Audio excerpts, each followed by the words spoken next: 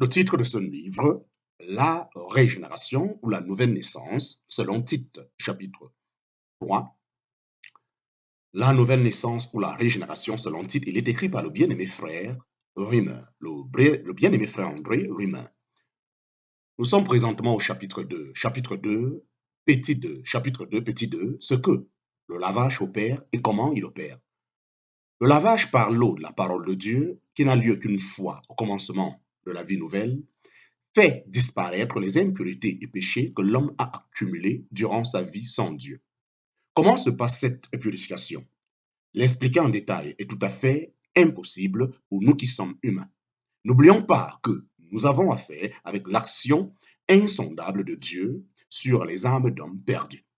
Le Seigneur Jésus ne dit-il pas en Jean chapitre 3, verset 8, le vent souffle où il veut et tu en entends le son, mais tu ne sais d'où il vient ni où il va. Il en est ainsi de tout homme qui est né de l'Esprit. Nous pouvons cependant établir que le Saint-Esprit utilise la parole de Dieu dans le but de condamner le mal qui est dans l'homme, ses habitudes, ses pensées et ses désirs caractérisés par le péché. Pour être complet, il faut mentionner ici que le sang précieux de notre Seigneur Jésus a aussi une action purificatrice. Il est vrai d'une manière judiciaire et expiatoire, en parenthèse, comme paraît Hébreux chapitre 1, verset 3, Hébreux chapitre 9, verset 14, 1 Jean chapitre 1, verset 7. Chapitre 2, petit 3, chapitre 2, petit 3. Le lavage à l'eau est nécessaire et fait partie de la régénération. Le lavage à l'eau est nécessaire et fait partie de la régénération. Le lavage avec l'eau de la parole. Le lavage avec l'eau de la parole de Dieu purifie l'homme de son impureté morale. Quelqu'un qui se trouve encore dans un état d'impureté et de péché ne peut pas être un vase approprié pour la vie divine nouvelle. En parenthèse, 1 Corinthiens chapitre 2, verset 14.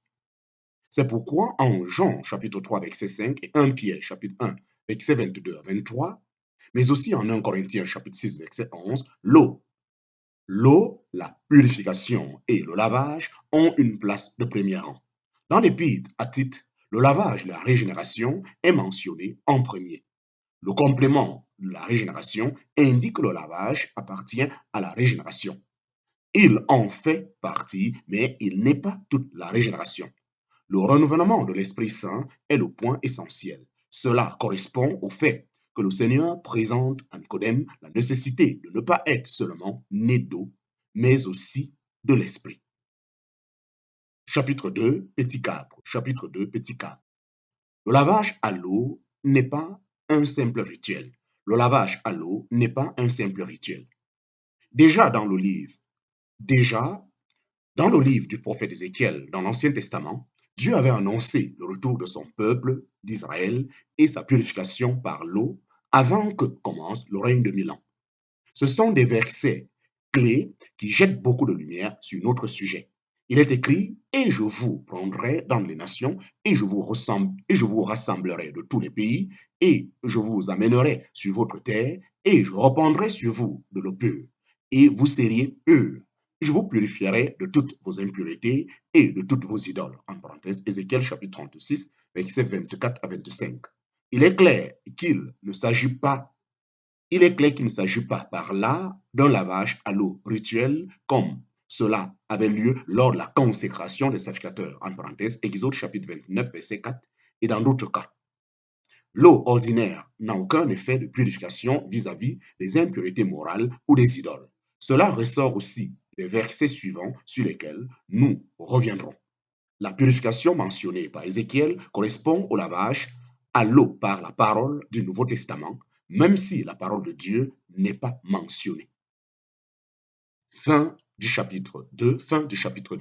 Chapitre 3, la régénération. Chapitre 3, la régénération. Chapitre 3, petit 1. Chapitre 3, petit 1, la régénération, le sens du mot. Chapitre 3, petit 1, la régénération, le sens du mot. L'expression régénération, en parenthèse, en grec, paligénésia, qui caractérise ici le lavage, n'est pas identique à l'expression de Jean chapitre 3, verset 3, né de nouveau, qui, en parenthèse, en grec, signifie génété, anoten, ni non plus à celle de 1 Pierre chapitre 3, de 1 Pierre chapitre 1 verset 3 et de 1 Pierre chapitre 1 verset 23, où il est question d'être régénéré, en parenthèse, en grec, respectivement, anégenesa et anégénémenois. Le même verbe dans les deux cas, le même verbe dans les deux cas. Tous ces thèmes ont certes en commun l'idée de base d'engendrer ou de donner naissance, mais l'ajout précis n'est pas le même, en parenthèse, adverbe palin ou anoten, préfixe ana. Dans les trois cas, il s'agit de produire un état nouveau qui n'existait pas auparavant. À cet égard, la parole de Dieu a un rôle important. C'est ce que montre aussi Jacques chapitre 1, verset 18. De sa propre volonté, il nous a engendrés par la parole la vérité, que il nous a engendrés par la parole la vérité pour que nous soyons une sorte de prémisse de ces créatures. Cependant, il n'est pas question en Jacques de régénération ou de renaissance, mais simplement d'engendrement. Le verbe grec utilisé pour cela est apopheo, qu'on ne trouve qu'en Jacques. Deux fois, il est vrai, d'abord au verset 15, à l'égard du péché qui produit la mort, en parenthèse, littéralement, qui engendre la mort. Ensuite, au verset 18, déjà vu. Ensuite, au verset 18, déjà vu. Il dérive du verbe kéo, qui signifie être enceinte gravide. Être enceinte gravide. Chapitre 3, petit 2. Chapitre 3, petit 2. Régénération en 1 Pierre, chapitre 1. Régénération en 1 Pierre, chapitre 1. D'après 1 Pierre, chapitre 1, la régénération ou renaissance remonte à la miséricorde de Dieu, en parenthèse, 1 Pierre, chapitre 1, verset 3. Même expression selon sa miséricorde en Tite, chapitre 3, verset 5. La vivante et permanente parole de Dieu est la sémence incorruptible, 1 Pierre, chapitre 1, verset 23. Par elle sont régénérés ceux qui ont purifié leur âme par l'obéissance à la vérité, c'est-à-dire par la parole de Dieu, en parenthèse, 1 Pierre chapitre 1, verset 22 à 23. La parole opère ici aussi bien la purification que la régénération. Cependant, déjà au commencement du verset 2, Pierre parle de la sanctification, en parenthèse, version d'Abi, sainteté, de l'esprit, comme Paul en 2 Thessaloniciens chapitre 2, verset 13.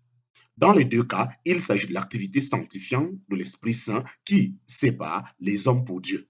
Cela a lieu pour la nouvelle naissance. Cela a lieu pour la nouvelle naissance. Le but est le salut. En parenthèse, 2 Thessaloniciens chapitre 2, verset 13, 1 Thessaloniciens chapitre 1, verset 5. Chapitre 3, petit 3. Rôle respectif de la parole et de l'esprit dans la nouvelle naissance. Rôle respectif de la parole et de l'esprit dans la nouvelle naissance. Chapitre 3, petit 3. Les passages mentionnés dans les épîtres de Jacques et de Pierre décrivent la part importante que la vivante parole de Dieu a dans la nouvelle naissance. Dans d'autres passages, cette parole est mentionnée au premier rang. En 1 Corinthiens chapitre 6, verset 11, nous lisons « Mais vous avez été lavés, mais vous avez été sanctifiés, mais vous avez été justifiés au nom du Seigneur Jésus et par l'Esprit de notre Dieu. » Le lavage a lieu par la parole, la sanctification a lieu par l'Esprit de Dieu qui produit la vie nouvelle. Il en est de même en Jean chapitre 3 et Tite chapitre 3. Chapitre 3, petit 4. Chapitre 3, petit 4. La nouvelle naissance selon Jean chapitre 3. La nouvelle naissance selon Jean chapitre 3. Sans doute, c'est en Jean chapitre 3 que la révélation, la pensée de Dieu par le Seigneur va le plus loin. Être né de nouveau est quelque chose qui provient d'en haut. En parenthèse, en grec, anoten. Mais c'est en même temps un commencement entièrement nouveau, en parenthèse, en Luc chapitre 1, verset 3, l'expression depuis le commencement. Dans le membre, dans le nombre, dans le nombre de phrases suivies exactement depuis le commencement, rend également le grec anoten, né de nouveau, en parenthèse, Jean chapitre 3, verset 3. En parenthèse, Jean chapitre 3, verset 3, est équivalent à né d'eau et de l'esprit. Parenthèse, Jean chapitre 3, verset 5, et à né de Dieu. En parenthèse, 1 Jean chapitre 4, verset 7 et 1 Jean chapitre 5, verset 1. Cette dernière expression se trouve 8 fois dans Jean, en parenthèse, Jean chapitre 1, verset 13, 1 Jean chapitre 3, verset 9, en parenthèse 2 fois, 1 Jean chapitre 4, verset 7 et 1 Jean chapitre 5, verset 1 à 4 et 18. 2 fois aussi. 8 est le nombre de la nouvelle création. 8 est le nombre de la nouvelle création. Le résultat de la nouvelle naissance est une nouvelle vie, une nouvelle nature qui porte le caractère de celui qui l'a produite. Ce qui est né de l'esprit est esprit, tout comme pour la nature humaine. Ce qui est né de la chair est chair. En parenthèse, Jean chapitre 3, verset 6. À la nouvelle naissance, nous recevons par le moyen de l'Esprit Saint la participation à la nature divine. En parenthèse, 2 Pierre chapitre 1, verset 4. Et en même temps, la capacité de reconnaître les pensées de Dieu et les comprendre et d'y trouver notre joie. Quelle part merveilleuse!